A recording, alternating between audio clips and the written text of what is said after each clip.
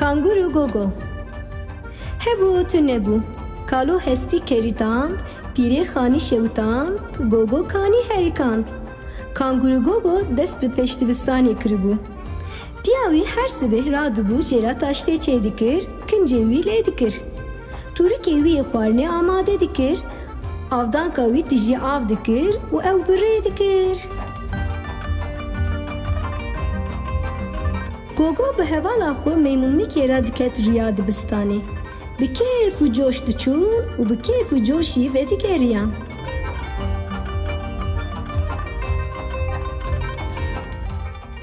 Kanguru Gogo çawa dike hundir Türkiye xwe davît erdê. Destên xwe nedişuştin, kincên xwe ji xwe dikirin û da nedileqandin.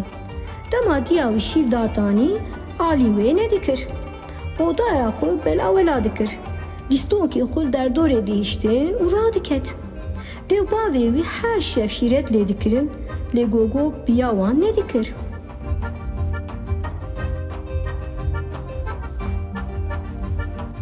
Piştî ku Gogo radiket, dew bavê wî mecbûrî kincê wî dixistin dolava wî û lîstokên wî ji derdorê didan hev.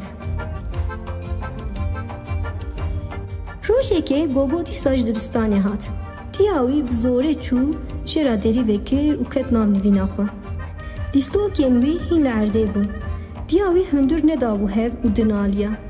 Ay serê min, ay sînga min deşe. Gogo ji diya xwe pir hez dikir. Hem xemgîn bû, hem jî tirsiya û got: Dayê, rûyê te sor bûye. Tu nexweşî, çi bûye bi te? Diya wî got: Netirse kurê min, tiştekî min tune ye. Ez bi bapêşê ketime. Hinekî rakevim, ew ê derbas bibe. Lê mecbûrim rabim. Her der belawela ye. Tu birçî yî. Her der belawela ye û tu birçî yî.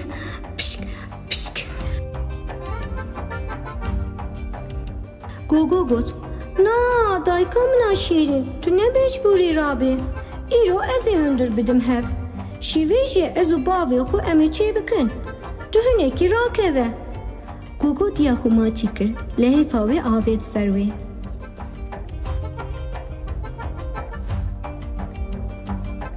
Kanguru Gogo pêşî Tûrikê xwe ji erdê rakir. Destên xwe şuştin, kincên xwe guherandin û daliqandin. Lîstokên xwe ji derdorê dan hev.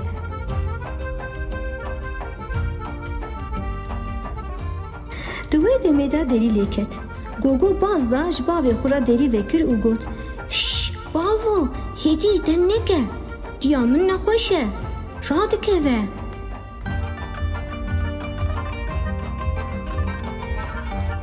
Gogo û bavê xwe ketin pêşgehê. Bavê wî şorbe da sertîfikê, goştû birin çêkir. Gogo jî lîmon guvaş ser seleteyê.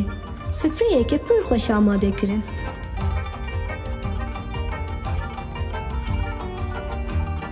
Gogo bangê diya xwe kir. Diya wî bi zorê hat.